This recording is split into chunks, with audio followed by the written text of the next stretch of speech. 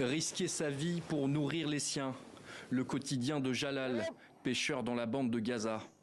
Densément peuplée auparavant, la côte est aujourd'hui encerclée par la marine israélienne et celle-ci n'hésite pas à tirer sur les bateaux qui osent s'aventurer en mer.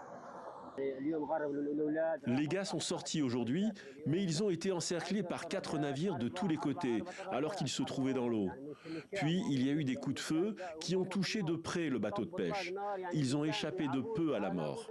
Ils ont tiré des obus entre les bateaux et des bombes assourdissantes, avec des coups de feu autour d'eux. Jalal part pêcher en risquant sa vie le ventre vide. Une partie de ses prises est vendue pour acheter des vivres, le reste est gardé pour sa famille. Mais depuis le 7 octobre, son activité est devenue un calvaire. En tant que pêcheurs, avant la guerre, nous avions l'habitude de traverser une bonne distance en mer pour pêcher. La pêche n'était pas extraordinaire, mais aujourd'hui, la guerre nous a considérablement limités et nous n'avons plus la possibilité de nous aventurer loin dans l'eau pour ramener une bonne prise. Après 6 mois de guerre, la majeure partie de la population de l'enclave palestinienne peine à se nourrir. Les denrées fraîches comme le poisson sont devenues extrêmement rares dans les assiettes gazaouis.